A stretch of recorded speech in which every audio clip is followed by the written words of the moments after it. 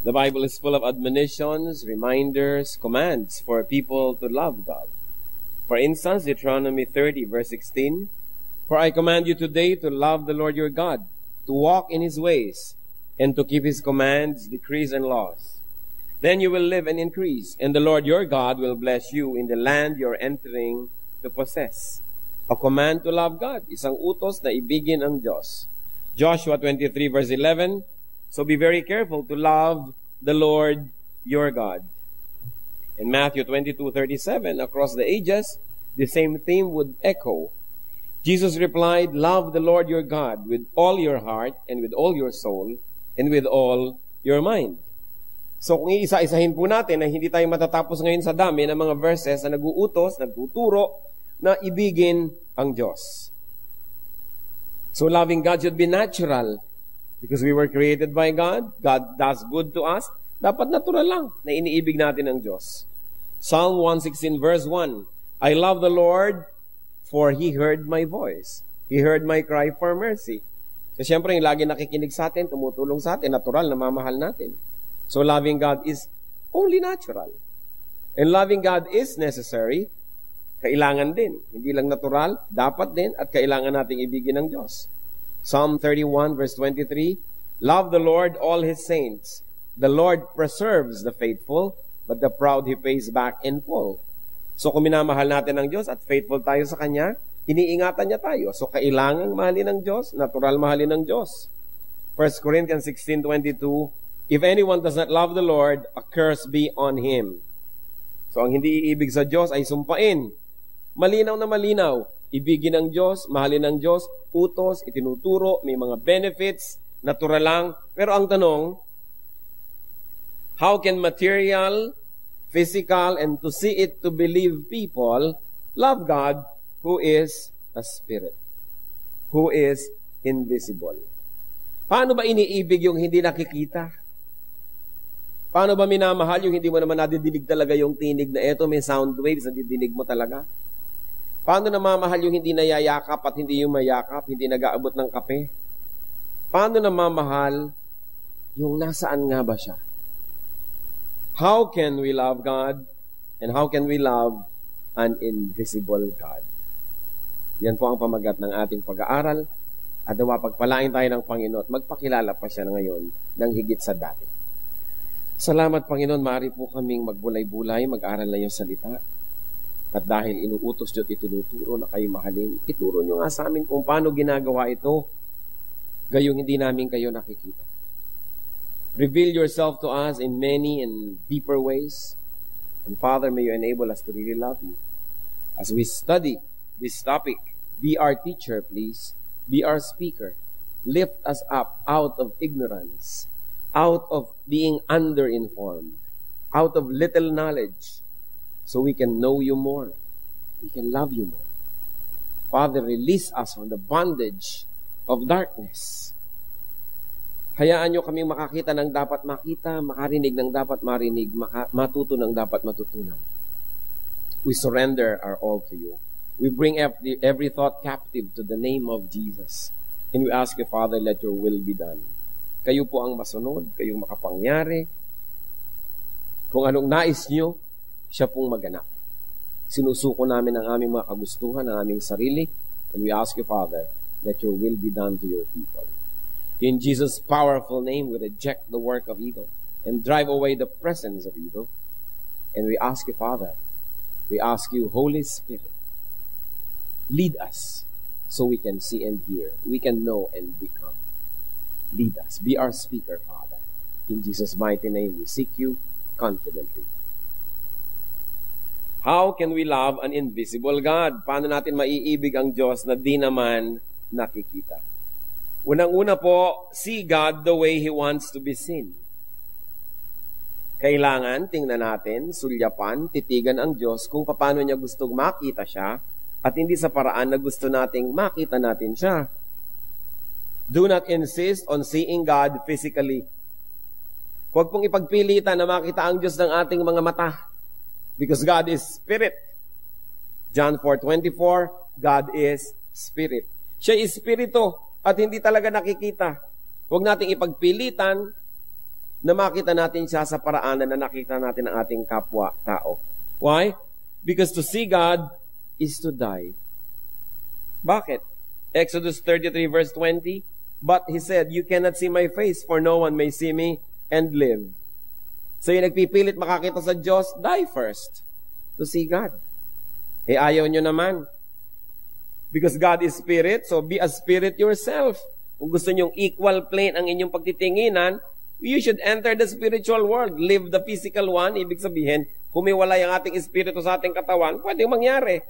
Dahil ayaw pa nating lahat nun, ewan ko kung gusto nyo, then we should see God spiritually.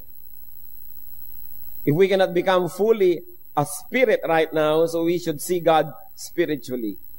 And there are two ways once more. One is to be a spirit yourself, which means really dying to your physical life. But the other one is a more useful round. Be spiritual. You want to see God? Because God is a spirit? Be spiritual. Be spiritual more than carnal, and you will see God in a spiritual way. Paano ba natin nakikita ang Panginoon? Diba kung kayo ay you speak the same language, nagkakaintindihan. If you go to the same place, nakikita. If you like the same things, nakikita kayo. Whether you like it or not, you keep bumping into the same people when you like the same activities. So you like to be seeing God, be spiritual in our nature. And you will see God in a spiritual way. Deuteronomy 4:29. But if from there you seek the Lord your God, you will find Him if you look for Him with all your heart and with all your soul. So ang naghahanap yung puso, yung kaluluwa, hindi lang yung mata. Sapagkat ang Panginoon, kung nabubuhay tayo sa paraang espiritual, makikita natin siya. Because as I have been repeating all along, because God is a spirit. So we should see God indirectly, hindi directly. Yung diretsong nakakakita sa Diyos, sabi niya, namamatay o kailangan, patay ka na. Para talaga lubos na, diretso. But we can see God indirectly, because God usually reveals Himself indirectly. In other words, through reflections. Through reflections, we can see God. 1 Corinthians 13:12. Now we see but a poor reflection, as in a mirror. Then we shall see face to face. Pero kailan yun? Then, later, when the Lord comes. Now I know in part, then I shall know fully, even as I am fully known, even right now. So, kilala ako ng Diyos buo ngayon, pero konti lang pagkakilala ko sa Kanya, hindi lubos.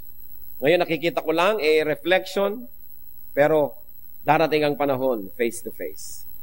In other words, ang Panginoon sa Biblia, nakita po natin kung paano magpakilala. Sometimes, darating light. Sometimes, sound. Mga dumadagundong na mga kulog, o mga kidlat, o sabay. Nagpakita ang Panginoon kay Moses as burning bush. Nag-aapoy lamang na isang kahoy doon, isang halaman tuyot. Nagpakita at nagsabit, nagparinig ang Panginoon sa pamamagitan ng mga prophets niya. Hindi naman siya gumagawa ng personal appearance para kakausapin. Yung mga prophet na kinakausap. Pagkatapos yung prophet ang magsasalita, indirect.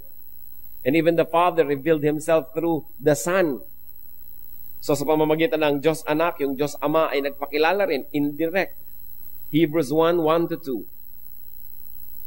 In the past, God spoke to our forefathers through the prophets at many times and in various ways. But in these last days, He has spoken to us by His Son, whom He appointed heir of all things, and through whom He made the universe. As you see, even the creation of the world by the Father was made through the Son, hindi rin direct. Laging may mga reflection. Ganon din naman ang ating Eastern, Oriental culture, bihira yung diretso, laging may mga parinig, mga sabi nga nila mga palipad hangin, mga paligoy-ligoy, may mga padri-padrino, hindi laging direct. Kasi pagka-direct, di natin kaya. Kaya kung minsan iko-correct tayo ng isang tao, hahanap pa ng padrino, sabihin mo naman sa kanya, magbago-bago. Kasi pag diretso, kung minsan na-open tayo, hindi natin kaya. Pati rin pag-ibig, may mga hindi makapagtapat, may mga tulay-tulay pa, mga taga-sabi-sabi, yung pala naunahan na siya na yung sumalakay.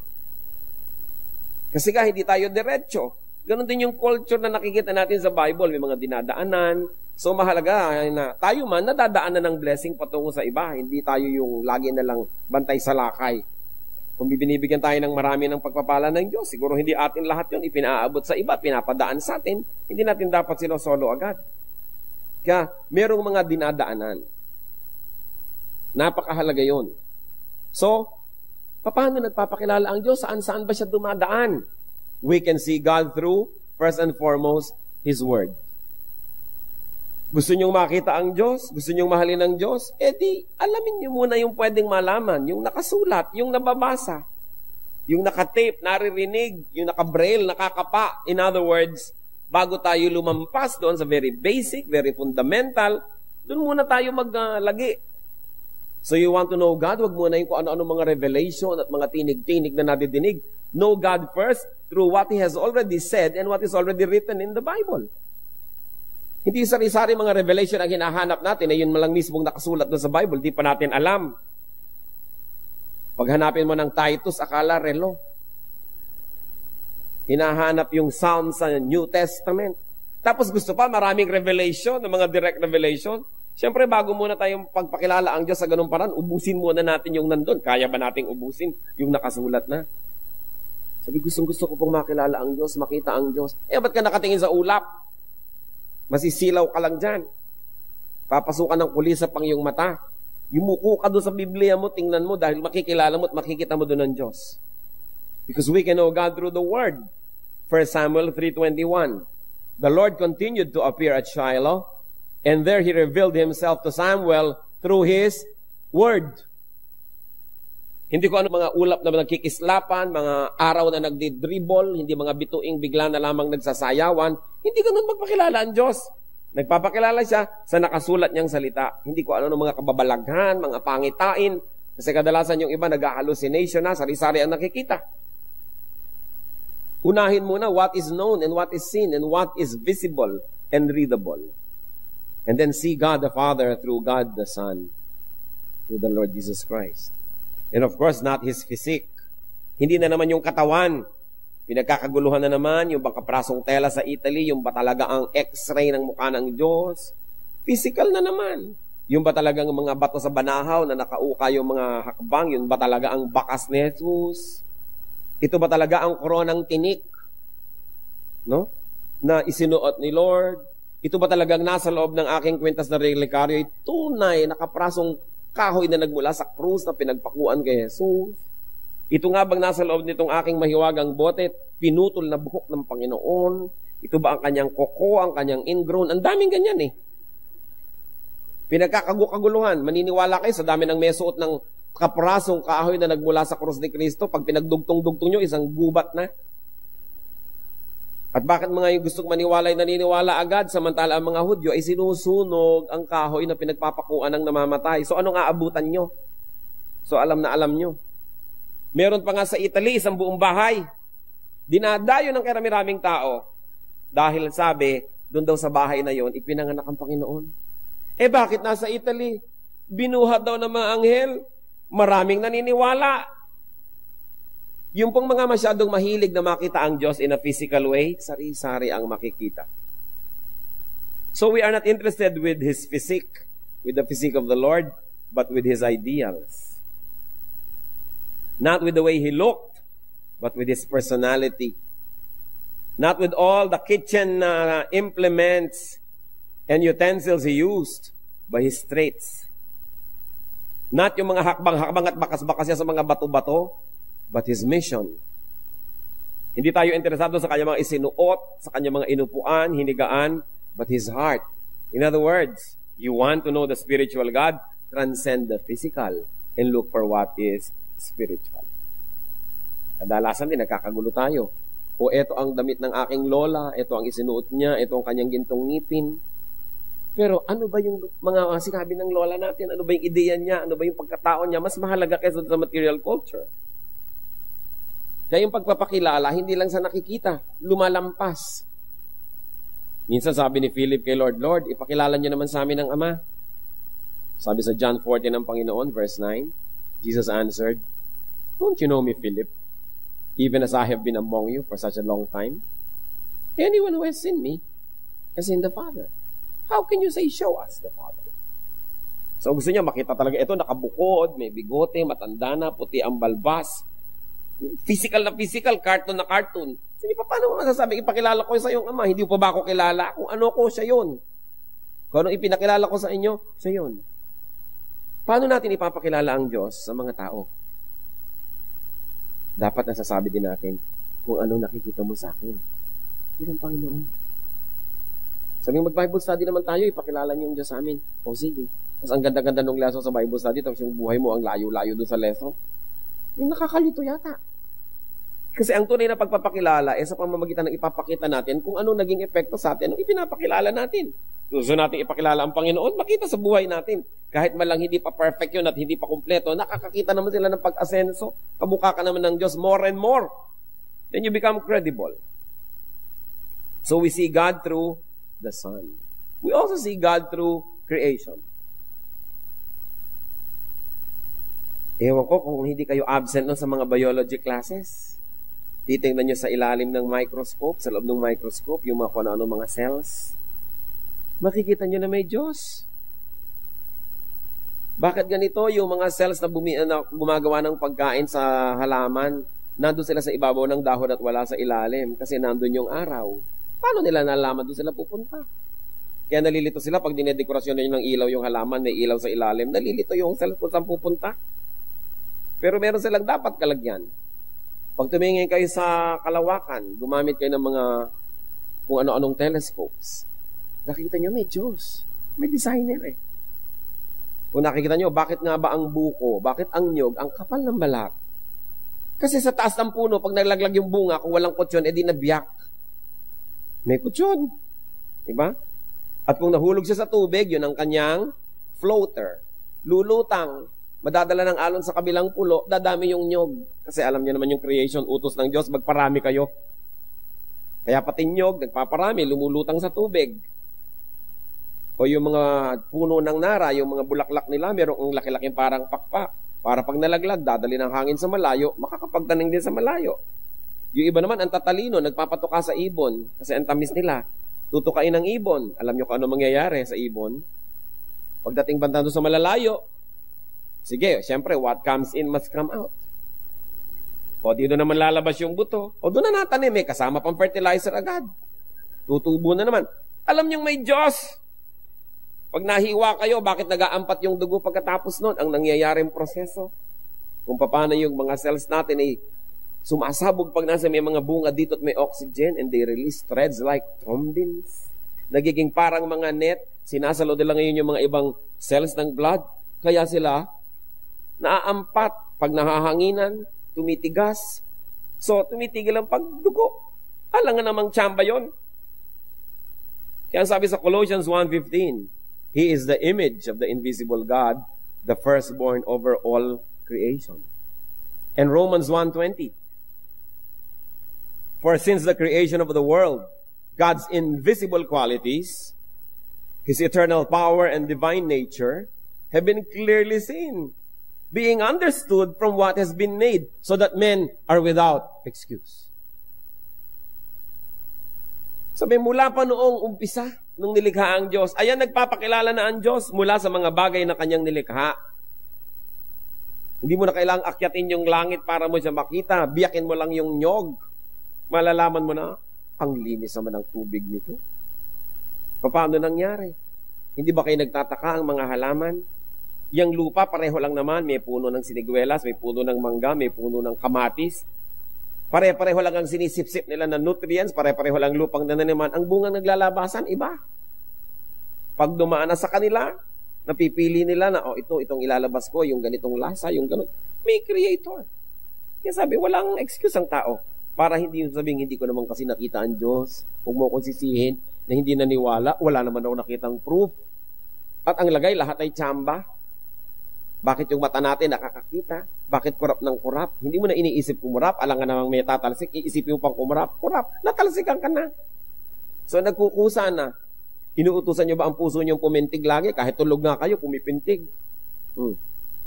Kasi may designer. Sabi siya sa creation of the world, the invisible nature of God is seen through the visible things that He created. So, nakikita pala natin ang Diyos. Huwag kayo magreklamong di natin nakikita. Hindi ba yung mga katutubo, lalo yung mga Indian sa mga pelikula, titingnan nila, may apoy dito, alam nila, 3 hours ago may nagsindi dito. Nakita lang nila yung ginawa, alam nilang may gumawa. Titingnan nila yung mga bakas-bakas sa mga hayop. Alam nilang, ay, may hayop na dumaan dito, may bakas eh. Eh ano ba ang bakas ng Diyos sa buhay natin? Kailangan pa ba natin siyang makita literally para maniwala? Paano pa nakikita ang Diyos mula after creation? Nakikita natin ang Panginoon through personal revelation to us.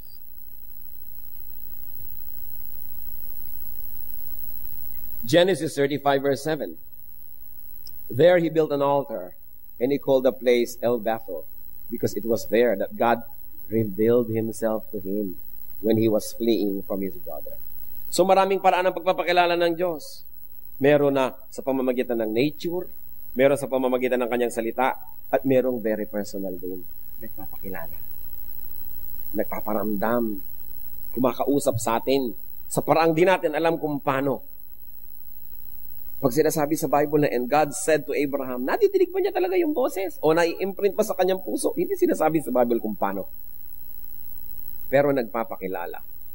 Kaya ang mahalaga mga kapatid, kung tayo ay nananalangin, kung tayo nagme-meditate, minsan kahit pang busy day, katulad ni Moses, nag-aalaga ng mga tupa, biglang merong nagalagablab doon na kaprasong tinik na puno, hindi naman maubos-ubos. Napansin niya, lumapit siya, yung pala kakausapin siya ng Diyos. Tayo man, maraming kinakausap tayo ng Diyos sa maraming paraan. Pero binibigyan ba natin ng pansin? Katulad ni Moses, it was just an ordinary working day. He saw the burning bush. But you see, yung burning bushes naman, hindi kakaiba yan sa Israel at sa disyerto ng Sinai Peninsula.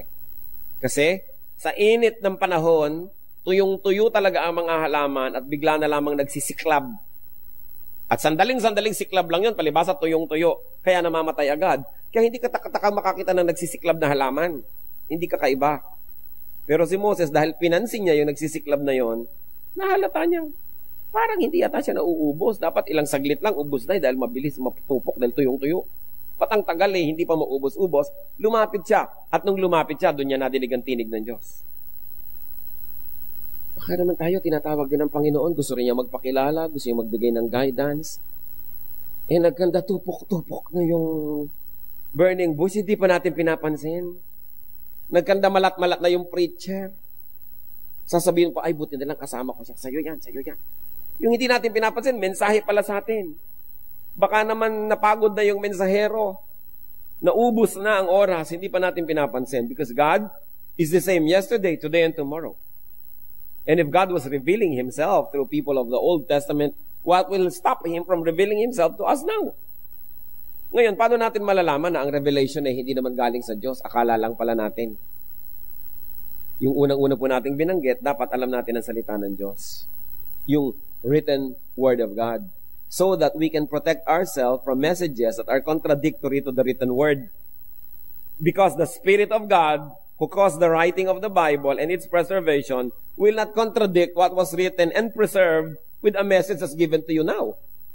Yung mga iba sabihin, kinausap ako ng Diyos, hindi na daw dapat basahin ng Biblia. Ano? Sinasabi nga ng Biblia na dapat siyang binabasa lagi. Ibig mo sabihin, yung Espiritu ng Diyos, kinukontra yung sarili niya. So, huwad ang iyong revelation. Kaya po mahalaga, bago tayo tumanggap ng personal revelation, and I believe na hanggang ngayon meron nun, ginaguide tayo ng Diyos in a spiritual way, in very practical ways, na hindi written in the Bible. Mag-aasawa ka, ang choices mo, si A, B, C. Alam nga namang humanap ka ng verse para ituro niyang A, O, B, O, C. Wala. Kailangan natin ng guidance ng Diyos. Magne-negosyo ka, ano ba? Magtatayo ba ako ng tindahan ng gulong? O magtatayo ba ako ng vulcanizing na panggawa ng gulong? O ano bang gagawin kong negosyo? Wala yun sa Bible. Pero interesado na ng Diyos sa detail ng buhay natin na yun. Meron siyang perfect will for all of us. So, kailangan yung revelation. Ano bang gagawin ko sa kapatid ko na to na kumukupit sa akin? Papabayaan ko? Hihiyain ko? O nakalagay siyempre sa verse sa Bible ko anong gagawin natin. So, hindi mo na kailangan halimbawa ng extra revelation. Nagdadalawang loob ka, ano bang gagawin ko dito sa asawang to? Hihiwalayan ko kaya to? Alam mo, sabi sa Bible na ang mag-asawa ay mag-asawa habang buhay. So bakit mo pa iniisip yan? Anong revelation ang inaantay mo? Yung sulsulang ka ng revelation na gawin mo yung gusto mo? Na contradictory sa nakasulat? Kaya meron po mga tao masyadong mahilig sa revelation. Alam daan nyo? Kasi gusto nilang takasan yung written word of God. Humahanap sila ng ibang maisasangkalan para gawin yung gusto nila.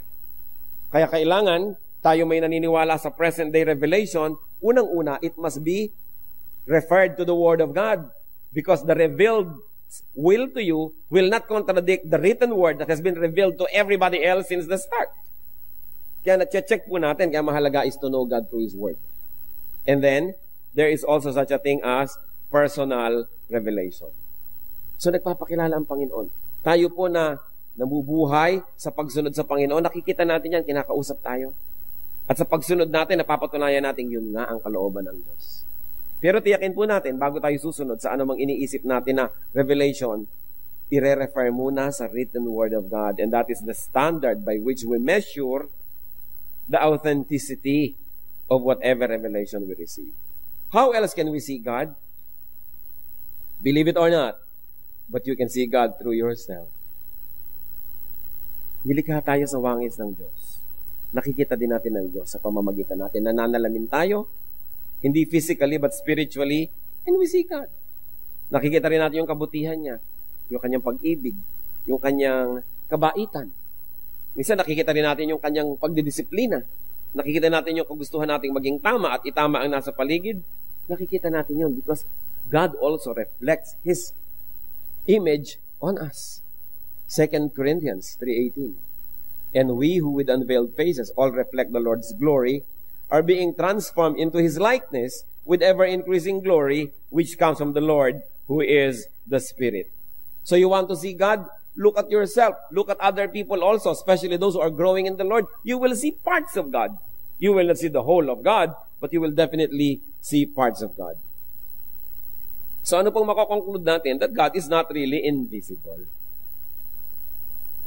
That God is not really impossible to see. Kaya lang, hindi natin dapat ipilit na makita siya in a physical way.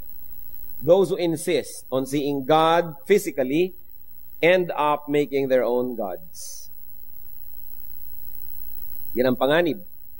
Yung nagpipilit na makita ang Diyos sa isang paraan na physical, sa pamamagitan ng mata, mahipo, sa pamamagitan ng kamay, ay gumagawa at umiimbento ng kanilang mga Diyos-Diyosan. At itong dahilan, kaya naging talamak ang idolatry. Hindi kontento ang tao na makita ang Diyos sa spiritual way, through His reflection, indirectly, through His word. Gusto pa nila physical masyado. Kaya gumagawa sila ng mga Diyos-Diyosan.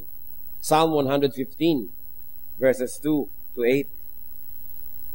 Why do the nations say, where is their God?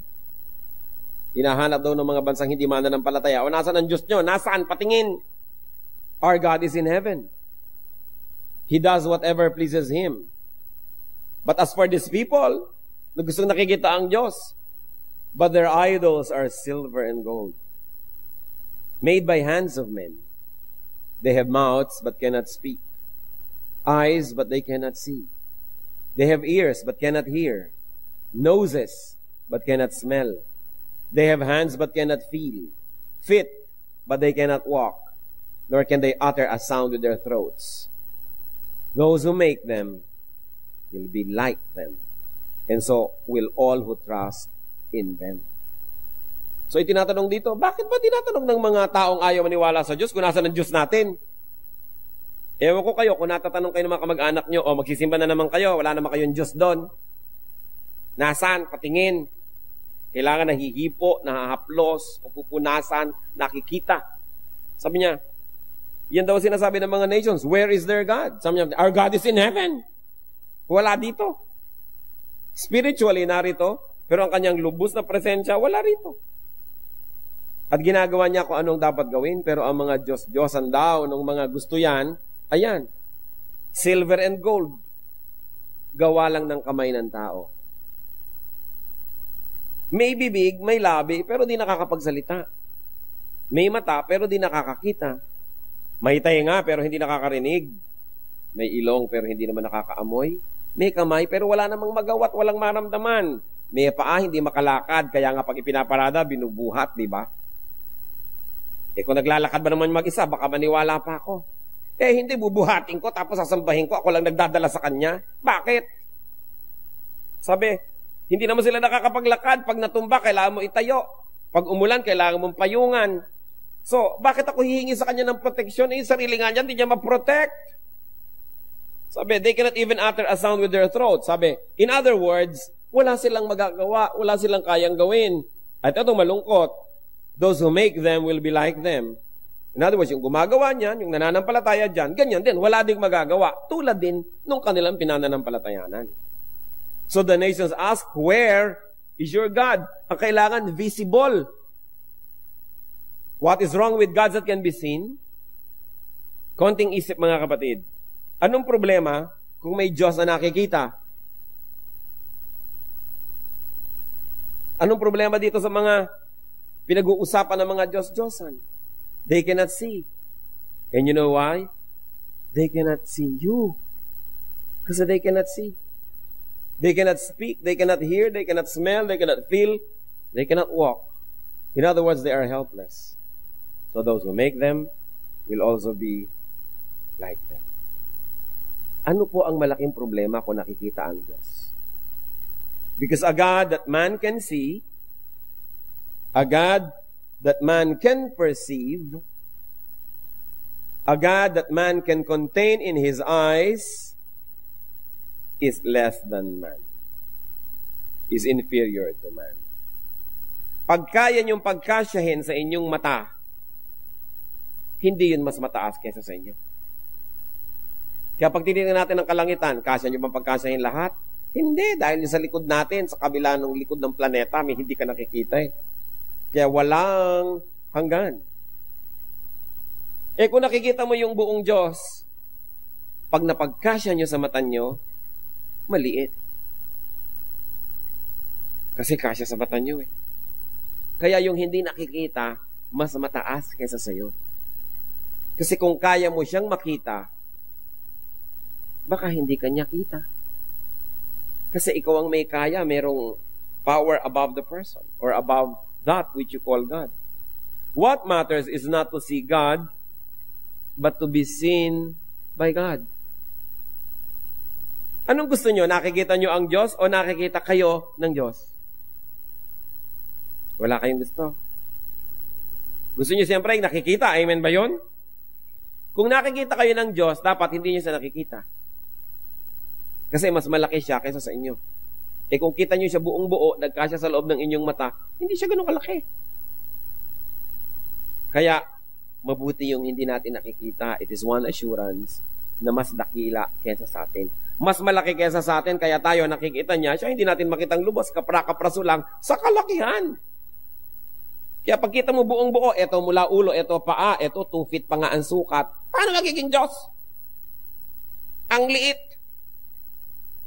Kahit pa nga kasi laki ng planeta yan, kasi laki ng buwan, pag malayo ka, kita mo na rin buo. O di ba yung araw ang laki-laki, pero kita mo rin buo. Lumayo ka lang. Ang Diyos, kahit sa kamagputay, hindi mo makita ng buo, sobrang laki. Yun ang maganda. Hindi yung kayang-kayang i-contain ng ating senses. Jeremiah 23:24. Can anyone hide in secret places so that I cannot see him? Declares the Lord. Do not I fill heaven and earth? Declares the Lord. Ganun siya kalaki. Kaya malaking insulto sa Diyos na gumawa ng physical image na representation niya. Dahil pinaliit mo ang kanyang halaga. Napaliit mo na-reduce mo siya. Kaya dapat wala. Sabi, God who made heaven and earth and everything in it does not live in shrines made by man, nor is he served by anything as though he needed anything, because he himself gives to men breath and life and everything. So hindi siya pwedeng i-reduce na parang litrato. Ang laki i-reduce mo para kasya sa wallet ko. We cannot reduce God. Heaven and earth cannot contain His glory. So we content ourselves in not seeing Him fully, but only right now in seeing Him through reflections, seeing Him partially, seeing Him in us and in others. At pagdating ng araw, makikita na natin siyang ganap kung tayo ay kamukhanan niya.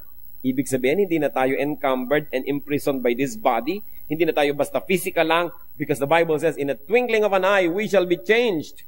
We shall be like Him, and we shall see Him because we will be like Him. Hindi yun para sa panahon na ito. Kaya huwag ipagpilitan. Ang mahalaga, sa kalakihan niya, kahit saan tayo sumuot, kahit saan tayo pumunta, kita niya tayo, yun ang importante. That He is greater than we are. Psalm 139, verses 7 to 12. Where can I go from your spirit? Where can I flee from your presence? If I go up to the heavens, you are there. If I make my bed in the depths, you are there. If I rise on the wings of the dawn, if I settle on the far side of the sea, even there, your hand will guide me. Your right hand will hold me fast. If I say, surely, the darkness will hide me, and the light become night around me, even the darkness will not be dark to you. The night will shine like the day, for darkness is as light to you. So sabi, paano ko magtatago sa Diyos? Paano ko pagtataguan? Paano ko iiwasan? Kahit maakyat ko ang langit, yun naman kung kaya ko, syempre, nandun kayo. Ngayon, sumisid ako sa pusod ng dagat, kalalim-laliman sa Philippine Deep, o sa Marianas Trench, andun pa rin kayo. Kung makakasaya ko sa pakpak ng bukang liwayway at salubungin ko ang araw, pagdating ko doon, naroon pa rin kayo. Kahit tumawid ako ng dagat at magpunta sa pinakamalayong ibayo, naroon pa rin kayo. Kaya kahit saan ako magpunta, natutulungan niyo ako. Your hand will guide me. Ngayon, kung ako na may gumagawa ng mga kamalian, nagtatago pa sa dilim, sabi na ako, baliwala. Kasi ang dilim ay liwanag din sa inyo. Walang kayang itago sa Diyos. We cannot see God, but He sees us. Is that not wonderful? Walang pwedeng ilihim. Kung gayon, wala rin tayong suliraning di niya alam. Wala tayong mga iniisip na mali na di niya alam. Wala tayong mga pandarayang di niya alam. Wala rin tayong mga pangamba, takot at pangangailangang di niya alam. Napakabuti na lang at di natin siya kita at kita niya tayo. Hindi tayo ang tagapaprotect niya. Siya ang protector natin. Hindi kung gumagawa ka ng mga Diyos-Diyosan, nananakawan ng mga alahas, nananakawan ng mga baro, ikaw ngayon nagbantay ng bantay, imbes siya nagbabantay sa'yo. Nababaligtad. Pag nagkakasunog, siya yung buhat-buhat mong inililigtas mula sa sunog. Ba't di kanya buhatin? Diyos pala siya. Baligtad. Kaya ayaw ng Panginoon ng ganun eh. Nagtitiwala ka sa iba, hindi sa Kanya. At nakakaroon ng kainsultuhan. Sabihin na, eto, ang kawangis ng Diyos, eto ang representation ng Diyos, wala na maaaring maging representation ng Diyos. Walang pwede among creation, especially those who are only made by man, that can approximate the glory of God. And God is jealous and He doesn't share His glory with anybody or with anything. Kaya dapat kinikita natin yun. Hindi na lang dapat nakikita ang Diyos. Ayaw niyang pakita, pinipilit pa natin. Nagpapakilala naman sa maraming paraan. A God whom man cannot perceive. A God that man cannot see. A God that man cannot contain in His eyes is above man. Therefore, that God is God. Hindi kayang mapagkasya sa isang lugar. Hindi kayang magkaroon ng representation. And those who do not see and believe, those who believe, and those who love, despite not seeing, are blessed. Yung umiibig sa Diyos, kumikilala, sumusunod, kahit hindi nakikita ang Diyos, yun daw ang pinagpala. John 20, verse 29. Then Jesus told him, because you have seen me, you have believed. Blessed are those who have not seen and yet have believed. Kung minsan maririnig mo sa mga Kristyano, mabuti pa sila Peter, no? Mabuti pa sila James, nakita nila ang Panginoon, pinagpala naman sila. Pero sabi ni Lord, kayo nakakita sa akin at naniwala, natural lang, nakita niyo ako eh. Anong katakataka doon? Pero yung hindi nakakita at naniwala, yun ang lubos na pinagpapala. Sapagkat yun ang mas mataas na uri ng pananampalataya. 1 Peter 1:8. Though you have not seen Him, you love Him. And even though you do not see Him now, you believe in Him and are filled with an inexpressible and glorious joy. Yun daw po ang malalim na pagkakilala, yung hindi mo nakikita, yung naniniwala. What is important, brothers and sisters, is not to see God, but to be seen by God. So, love God the way He wants to be loved. Remember, ang pinag-uusapan po natin, how can we love an invisible God? Point number 1 natin is, see God the way He wants to be seen. At lahat ng diniscuss natin, may kinalaman doon. Pangalawa, love God the way He wants to be loved. Not the way we want. Treat God the way He wants to be treated, not the way we want to treat Him. John 4:24, God is spirit, and His worshipers must worship in spirit and in truth. In other words, we want to love God, we love Him in spirit. How do you love God in spirit? First of all, fellowship with God in spirit, in the Spirit. In other words, be spiritual. We can fellowship with God by being spiritual. How is that done? By being like Him in character. Pag yung character natin magkamukha, may genuine fellowship. Tulad ng mga dating mga anak, sons and daughters, hindi maintindihan ng magulang nila. Nung naging magulang na sila, yun, naintindihan na nila yung magulang nila. Mas nagkaroon ng connection, nagkaroon ng fellowship. Nagkakaroon tayo ng connection and fellowship with God. We get to understand God. We get to know more God. When we become like God in character. Katulad ng hindi mo naiintindihan yung mga manager sa opisina. Nung naging manager ka, naintindihan mo. Then you can have genuine fellowship because you really understand each other. Because you know each other. You say, now I know Him, kaya pala. So paano natin makikilala ang Diyos? By being like God in our character. Pagka nagpapatawad na tayo ng mga mahirap patawarin, pag nagbibigay na tayo sa mga hindi karapat-dapat bigyan, pag nagmamahal tayo sa mga hindi kamahal-mahal, nalalaman natin, ganun pala ang nadarama. Ganun palang gawin ito. Ganito pala si Lord noon, nung ipinapako, nananalangin na patawarin ng Ama sa Langit yung nagpapako sa Kanya. Paano natin malalaman kung hindi tayo magpapatawad sa mga nagpapako din sa atin? You want to know God? Pass the way He passed through. Then you will understand. 1 John 3:2. Dear friends, now we are children of God, and what we will be has not yet been made known. But we know that when He appears, we shall be like Him, for we shall see Him as He is. When we transcend the body, we will be like Him, but not yet. Hindi pa nangyayari yun. But it can happen in an advanced way by being like God in our character. Ephesians 4:22-24. You were taught, with your regard to your former way of life, to put off your old self, which is being corrupted by its deceitful desires, to be made new in the attitude of your minds, and to put on the new self, created to be like God in true righteousness and holiness. Totoo, kung ano tayo, as is where is, minahal tayo, tinanggap ng Diyos.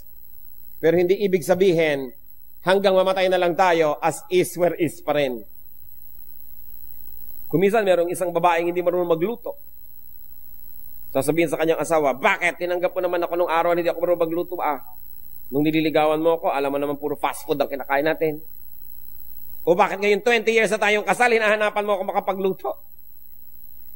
O iba naman yung tinanggap kayo kung ano yung kalagayan nyo bago kayo ikinasal. Pero hindi naman ibig sabihin, lisensya nyo na yun na huwag nang umasenso habang buhay. Sasabihin nila lalaki, alam mo naman na bangag-bangag ako nung nililigawan kita, nagustuhan mo ako. Tapos ngayon, hahanapin mong magbago ako, mag-ayos. Syempre, may anak na tayo, meron na tayong mga babayarin na bills, ibinalik na naman ng PPA, no? Sa kuryente. PPA nga ba yun? Mahal na naman, tapos pabangag-bangag ka pa dyan. Hindi ko mo tinanggap kita nung araw na ikinasal tayong ganon, ibig sabihin, lisensya mo na yun, na ganun ka na lang habang panahon, dapat man umasenso ka. Tinanggap ka na nga ng ganon, di dapat umasenso ka naman bilang pag-appreciate na tinanggap kang ganon. Marami pong ganyan mga tao sabihin, bakit ganito na ako nun Oo nga, pero ibig sabihin, 20 years, 15 years, 5 years, dumadaan, ganon ka pa rin, di ka man lang aasenso. Ano ba sabi sa Bible? That God changes us from glory to glory, hindi yung the same. Kailangan umaasenso. Sasabihin pa niya, tatlo na nga ang anak ko sa pagkadalaga nung ako iniligawan mo ano naman magkaanak uli akong 4 ngayong asawa na kita, kung kani-kanino. Tama ba yon? Tinanggap ka na nga na gano'n o kalimutan na ang nakaraan. Ibig sabihin naman, ayos-ayos na tayo. Alangan namang dumami na naman yung anak mo kung saan-saan gilid-gilid. Dahil lang tinanggap ka nun. Dapat umaasenso tayo, nag-iiba. We become better and better. So sabi, you were taught in your former way of life to put off your old self. Kailangan magbago. Put on the new self. And by that way, we will know God more and more. Habang nagiging deeper ang ating kabanalan, doon natin nakikilala ang Diyos. Kasi siya'y banal. Paano mo ba nakikilala yung banal? Di magpakabanal ka rin. Matthew 5:48. How can we love God? By being spiritual, by being like Him in character. Matthew 5:48, be perfect, therefore, as your heavenly Father is perfect. So we are to be like God. How do we know God more? By doing His deeds. John 14:12. I tell you the truth, anyone who has faith in me will do what I have been doing. He will do even greater things than this, because I am going to the Father. And as we work side by side with God, then we will know God. Napakaraming paraan para makilala at mamahal ang Diyos. How else do we love God? Love God in truth. Kanina sinabi natin, love God in spirit. Ibig sabihin sa ating character. Now naman, you love God in truth, in practice, in deeds concerning our daily life. We are to be like God in character, we will know Him more. We are to be like God in deeds. And when we do what He does, especially deeds concerning His church, then we will know Him better. Matthew 25:45. He will reply, I tell you the truth, whatever you did not do for one of the least of this, you did not do for me. So ano pa palang ginagawa ng Panginoon? Hinahanap niya sa atin na gawin yung mga ginagawa niya sa tao, sa church, yung mga ginawa ng Panginoon, dapat din natin gawin. Yung ginawa niya sa kanyang creation, what He did to His creation, inaruga, minanage, dapat ganun din ang gawin natin. And then we take care of nature, when we take care of the environment, we get to know God more, who is the creator of such environment. And when we do His will, we will know Him more. Seeing God spiritually results in strength and courage. Anong nagiging bunga pag lalo natin siya nakikilala? By being like Him in character and in deeds, that's how we see Him spiritually. That's how we know Him spiritually. Nagiging tayong malakas. At nagkakaroon tayo ng lakas ng loob, paninindigan. Hebrews 11:27. By faith, referring to Moses, he left Egypt, not fearing the king's anger. He persevered because he saw Him who is invisible. Bakit daw tinalikuran ni Moses ang karangya ng Egyptian court? Bakit sumunod siya sa kautusan ng Diyos? Dahil nakita niya yung invisible God. Dahil nagpakita ng reflection, nagparinig ng tinig, ipinakita ang kalooban niya, at nung sinunod ni Moses habang sumusunod siya, lalo niyang nakilala ang Diyos. Not physically seeing God is not a disadvantage. The unseen God is great. The unseen is greater. What you see is less than you. Those that you cannot completely see are greater than you. Hebrews 11:3. By faith, we understand that the universe was formed at God's command, so that what is seen was not made out of what was visible. Ang lalim naman ng verse. Lahat daw ng nakikita natin ngayon, ginawa ng Diyos not from visible, but from the invisible. In other words, dati invisible yan. Dati dapat itong coaster na to invisible. Itong mic na to invisible. Ako dapat invisible. Kayo invisible. Pero mula sa invisible, ang kapangyarihan ng Diyos turned it into visible. Kaya nga nalikha yung earth, nalikha yung hangin, nalikha yung sun, nalikha yung lahat from nothing. From another form. In other words, the present form of anything has an equivalent in another consciousness, in another level of understanding, in another degree of spirituality. Kaya napakahalaga na maintindihan natin yun, na dalawa yan, hindi lang yung nakikita, may katumbas yan. Parang yung pera na hawak nyo, may katumbas na gold yun sa central bank. Pag walang katumbas, fake ang pera. So lahat ng nakikita rin natin sa physical world, may katumbas sa spiritual world. Katulad halimbawa, nakita nyo yung asawa nyo na kasi mangot. Anong katumbas doon sa spiritual world? Siguro galit sa inyo, siguro naiinis, siguro nagsiselos. Kaya merong spiritual reason kaya naging ganda ng itsura ng mukha niya. Meron naman nakangiti. Ang pagkakangiti, hindi mo talaga mapigil. Mo in love ka, no? Di ba madaling makita yung ngiti ng in love? O ano yun? May spiritual reality, meron siyang love, lumalabas sa physical world. Yung physical, nagpapakilala lang doon yung spiritual. Kaya kung gusto nyong tunay na magwagi, hindi physical to physical lang labanan, spiritual. Kaya sabi sa Bible, our battle is not against flesh and blood, but against powers in the air, against principalities. So kung gusto natin magtagumpay, halimbawa, gusto nyo mawala ang aswang sa buhay nyo, hindi kayo magpapakita ng kaprasong krus na kahoy kasi physical lang yun. Anong kaya nun sa spiritual aswang, halimbawa, mangat meron nun? Kailangan prayer. Kailangan a holy life. Kailangan relationship to God, which is in the spiritual reality. Doon pa lang sa spiritual level, pwedeng labanan yung mga masasamang espiritu. Pero lalabanan mo ng tubig, wisik-wisik, anong mangyayari? H2O lang yon. May butete pa kumisan. Natatakot ka sa aswang, bawang ang ilalagay mo. Eh kung espiritu ng aswang ang nagpapalakas sa kanya, bakit siya matatakot sa bawang? Samantalang nakita niyo si Satanas humaharap sa Diyos, sa Book of Job. Bakit mo ngayon maitataboy ng tubig? Bakit mo itatabos ng picture? Bakit mo maitataboy ng kung ano-anong mga props? Paano mo maitataboy ng physical, yung spiritual? Eh mas mataas ang level noon. Kaya dapat ang labanan sa spiritual. Halimbawa, lagi na lamang akong kinakaya-kaya ng aking mga pagnanasa, kaya some people will fast. So that they will deny the body, they will deny the urges and the desires para makarating sila doon sa spiritual level, and through prayer and a godly life, doon sila lalaban at doon na nanalo. At pag doon tayo lumaban, walang talo because God is already victorious. So nagagalit ako sa iyo, galit na galit ako, anong gagawin ko? Habulin kita ng taga. Pwede ba akong manalo? Manalo man ako, nakulong naman ako, nag-guilty rin ako, talo pa rin ako. So anong gagawin ko? I'll fight you in a spiritual way. I'll pray for you. At kung sobra kang nakakainis para ako magwagi, matatawarin kita. Paano mo pa ako maiinis? Eh, nagpatawad na ako. Eh, di panalo ako. Kaya dapat espiritu ang panlaban, hindi physical. Our battle is not against flesh and blood, but against powers in the air, against principalities. The only way to fight them is to go to the spiritual level and wage the battle there. How do you do that? By living a spiritual life and by using spiritual tools in the name of the Lord. And when we do that, we can never fail because Jesus Christ is victorious.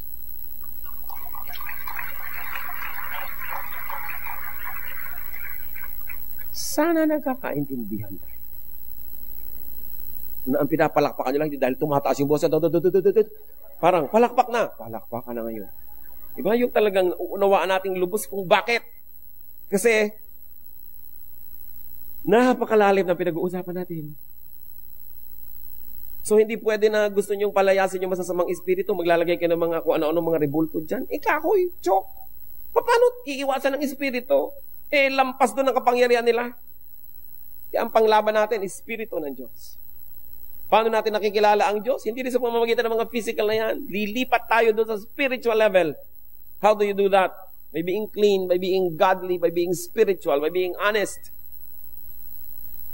Then lumalampas tayo. Hebrews 11:3. By faith, we understand that the universe was formed at God's command, so that what is seen was not made out of what was visible. Nire-review lang natin. Yung nakikita natin, merong equivalent sa kabilang daigdig yan. So, eto halimbawa, itong pamangkin mo, ang sama ng ugali, hindi makukuha lang yan sa palo, kahit ikadena mo yan. Hindi makukuha lang yan sa psychology. Kailangan labanan mo yung espiritu na nagpapagawa sa kanya noon. Pupunta ka sa spiritual world, doon mo siya igagapos. Tapos, pag natalo na siya doon, susunod na yung katawan, matatalo din. Lagi, it is won or lost in the spiritual world. Kaya halimbawa, may tumutukso-tukso sa inyo. Sa isip nyo, natalo na kayo. Sila mo, sige, talagang bibigay na ako. Nagiintay lang yung katawan nyo ng time, ng chance para sumunod. Susunod yung katawan nyo sa pagkatalo dahil yung espiritu nyo nagpatalo na. Pero pag yung espiritu natin, panalo, yung katawan susunod. Kaya anong sabi ni Paul? I beat my body to make it my slave so that it will not become my master. Hindi ako susunod sa katawan ko. Pasusunurin ko yung katawan ko sa espiritu. And that's how you know God in the spirit. You become very, very victorious in the spiritual world kasunod yung katawan. Kaya ako minsan may tatawag sa akin, Pastor, meron akong kilala, drug addict, kailangan maayos. Ang una kong tanong, gusto ba nung may katawan magayos? Ayaw kinakadena pa nga namin. Wala akong magagawa. Kasi kahit anong gawin natin dyan, pag nakahulagpos, gagawin niya uli. Sayang lang lahat ng pagod natin. Ngayon, kung siya mismo willing, gusto kong bumait pero di ko magawa, halika, magtulungan tayo. Pero yung ayoko bumayat, ayoko. Wala tayong magagawa doon. Kasi sa spirito pa lang, nagpapatalo na siya. Paano gagawin mo sa katawan? Kahit anong gawin mo doon, matatalo pa rin. The battle is fought in the spiritual level. Kung lubos nating uunawain yun, dadali ang pagtatagumpay. Kasi doon sa level na yon, matagumpay ang Diyos. Sa physical level, hanggang ngayon nagtatagumpay pa si Satan kasi hindi pa siya nakagapos. Kaya pag lagi kang physical at lagi mong kinakatang let's get physical, marami kang talo. Sana mag-physical ka lang sa exercise, okay yan. No? Pero kung puro physical, lahat ng tawag ng laman, lahat ng gusto ng desires, susundin mo, ano mangyayari sa'yo? Sunod-sunuran ka. Kaya yung pa yung mga sunod-sunod sa katawan nila, yung sunod-sunuran, para mga hibang. I'll walk a mile for a camel. Can you imagine? Maglalakad ka 1 milya para lang kayo makapanigarilyo? Natutuwa pa't ipinagmamalaki? Alipin ka nun. Hindi ka makatulog ng ganon. Hindi ka mabuhay na walang patis. Kaya sabi ni Paul, I will beat my body and make it my slave. So maganda po yung fasting. Bakit? Pinapatunayan nyo sa sarili nyo that you can get by with very little. Kasi kung minsan, nagigita yung slave ng ating desires, akala natin hindi tayo mabubuhay ng walang comfort. That's why kung minsan nagka-camping, nagre-retreat.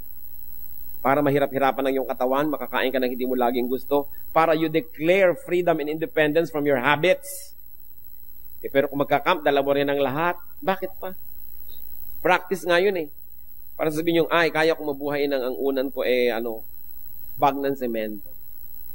Kung hindi naman ako na ilang araw na ganito lang kinakain, then, hindi tayo nagiging slave ng ating mga desires. Napapatunayan natin every now and then, periodically, ang Diyos pa rin at ako ang amo ng katawan ko, hindi siya ang amo. Kasi yung mga tao na ang amo nila ay ang katawan, hindi sila malaya. Sila ay alipin. Kaya tayo nagiging alipin ng mga bisyo, ng mga habits. So, God is invisible. Buti na lang. Ibig sabihin, He is great. He is greater than we are. He is greater than our problems. Huwag natin ipagpilitang makita siya in a visible way. The invisible is much bigger, much greater, and much more glorious. Tandaan natin, ang kayang makita, yun lang, mas maliit. So kung kitang-kita mo, maliit yan. Do not insist on seeing God. Do not insist and do not be discouraged and confused by God's invisibility. Because we can love without seeing. Pwede yun. Do not be like the pagans who adore visible gods. Mga kapatid, makinig kayo. Kung kayo ay tumalikod na sa mga Diyos-Diyosan, tapos pag nakakarinig kayo ng tugtog na mimiss nyo at gusto nyo sumunod, mag-ingat. Huwag nang mamiss pa. Kung ano mo, namimiss ko yan. No? Namimiss ko yung ganito, mga usok-usok, mga tunog-tunog, mga ganyan-ganyan. Huwag nyo na i-miss. Malaya na nga kayo, mamimiss-miss pa kayo. Wala pa ako nakita na nakulong sa city jail, pagkatapos na-miss niya, bumalik kusa. Yung susunod-sunod ka sa mga ganito, actually, imprisonment yan. Pag malaya na tayo, sige na, let's fight the habit. Kung minsan, parang hinihila-hila ka dahil force of habit, declare yourself independent. Mahal tayo ng Diyos. Gusto niya tayo malaya. At tandaan, kung hindi natin ginagawang Diyos-Diyosan, yung mga Diyos-Diyosan, huwag din natin gawing Diyos-Diyosan ang ating katawan. Hindi naman ibig sabihin, papabayaan nyo na yung katawan nyo. Mahalin dahil temple of the Holy Spirit. Pero huwag laging sundin kasi ipapahamak tayo niyan. Dapat controlled natin yung katawan na yan.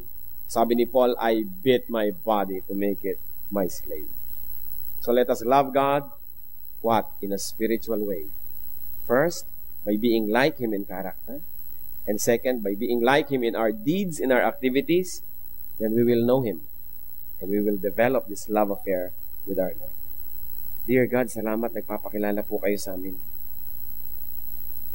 Salamat at patuloy niyong pinalalalim ang pag-unawa namin ng mga dapat at katanggap-tanggap na paraan kung paano kayo kinikilala at dapat sinasamba.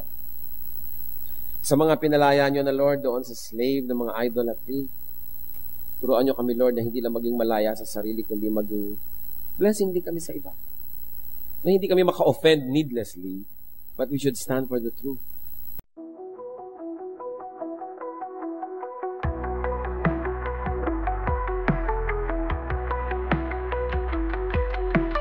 Lost in the glow, city lights choking the night.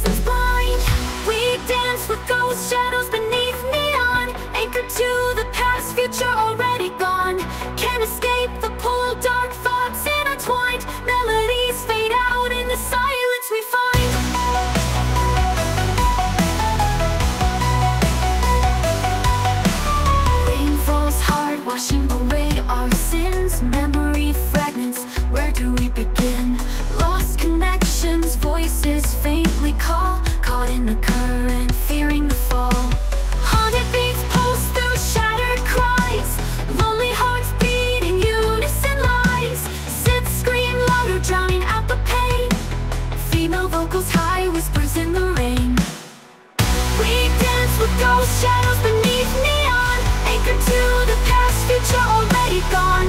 Can't escape the pull, dark thoughts intertwined. Melodies fade out in the silence we find.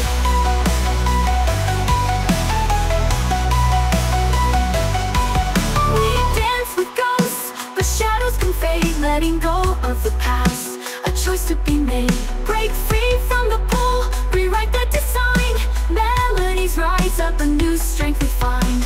Rain falls hard, washing away our sin. Rain falls hard, washing away our sin. Rain falls hard, washing away our sin. Melodies rise up, and new strength we find. Rain falls hard, washing away our sin. Rain falls hard, washing away our sin. Rain falls hard, washing away our sin. Melodies rise up, a new strength we find. Heartbeat, a rhythm, a steady refrain, breaking the silence, washing away the rain. Hope ignites a spark, a fire in our eyes. Together we'll rise under brighter skies.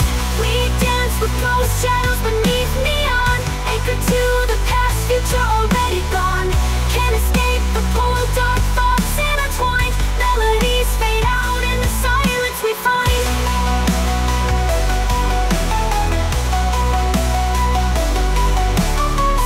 Paints the building streaks of gold, a chance to break free, a story untold. Maybe this heartache won't hold me so tight. Maybe a new day can set things right. Haunting beats pulse through the steady refrain, letting go of the past, a choice to be made. Break free from the pull, rewrite the design. Melodies rise up, a new strength we find. No longer lost in the city's cold embrace, we'll find our way, a brand new space with heart.